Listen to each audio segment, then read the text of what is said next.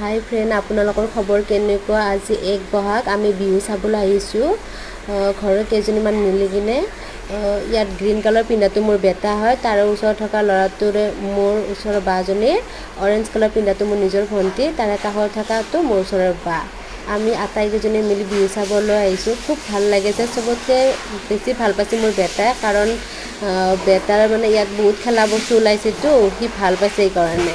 আৰু বিহুও চাইছে। সি একচুৱেলি মঞ্চত যাব খোজে, মোক কয় মা ময়ো যাম বিহু নাচিব। মই মানা কৰিলোঁ, তোমালোকে নোৱাৰা নহয়, তাই বহুত সৰু আছে, ডাঙৰ হ'লে যাবা, এনেকৈ ক'লোঁ।